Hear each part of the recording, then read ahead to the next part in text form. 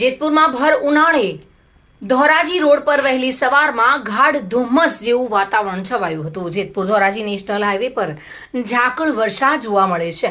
જેતપુરના Dhoraji national highway પર આવેલા પેઢલા, મંડલીકપુર, મોટા ગુંડાળા, ફરેણી સહિતના ગામોમાં ગાઢ ધુમ્મસ છવાઈ હતી। ગાઢ ધુમ્મસને કારણે વિઝિબિલિટી ડાઉન થતા વાહન ચાલકોને લાઇટો ચાલુ રાખવી પડી હતી અને વાહન ચાલકોને હાલાકી પણ ભોગવવી પડી હતી। લોકોને મિશ્ર ઋતુનો અનુભવ સવારે ઠંડી સાથે ગાઢ ધુમ્મસ અને બપોરે આકરી ગરમી વચ્ચે થયો હતો।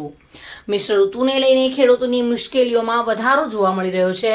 જો કે આ વિસ્તારમાં મગફળી, સોયાબીન સહિતના પાકને પણ અસર થવાની ભીતિ સેવાઈ રહી છે। જો કે ભર ઉનાળે જેતપુરમાં ધોરાજી નેશનલ હાઈવે પર ગાઢ ધુમ્મસનું વાતાવરણ જોવા મળ્યું હતું। સુરેશ ભાલિયા સાથે bureau report, today Gujarati news.